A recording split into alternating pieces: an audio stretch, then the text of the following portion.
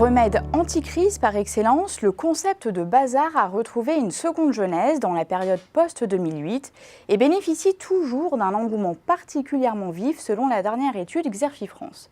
Les chaînes de bazar et de déstockage continuent de surfer sur le réflexe quasi généralisé de l'achat malin, tandis que la révolution du smart discount a permis d'étendre la clientèle, notamment aux revenus plus élevés.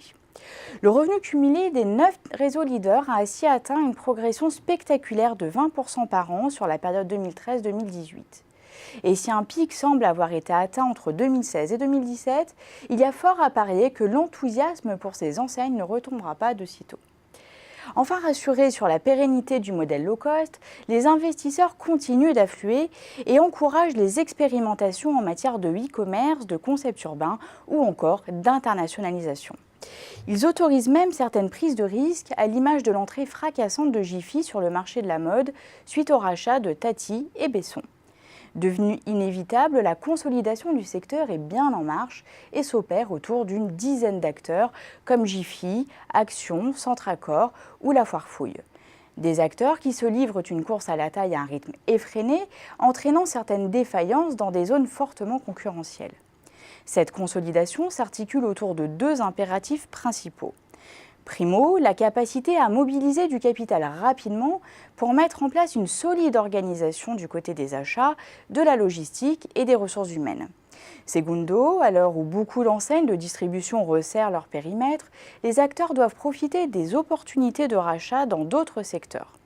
C'est le cas de Centracor ou encore de Stocomanie qui s'est fait une spécialité de racheter des fonds de commerce d'enseignes en difficulté comme CEA ou Fly récemment.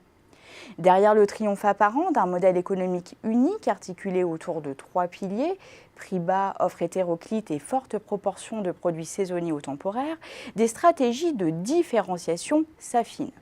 À tel point que l'univers des enseignes à petit prix est de moins en moins homogène. 3 profils se dégagent.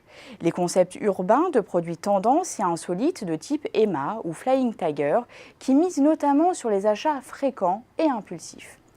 Les magasins entrepôts, à l'instar de Noz, Stocomanie ou les nouveaux venus comme Deals. Des acteurs viscéralement attachés aux règles de base du hard discount et notamment au prix bas. Enfin, les leaders polyvalents comme Jiffy ou Maxi Bazar qui ont la prétention de jouer sur tous les tableaux. En parallèle, l'intégration de Tati au sein de Jiffy est un énorme pari dont les conclusions intéresseront en réalité bien au-delà du seul secteur du bazar, tout l'univers de la distribution.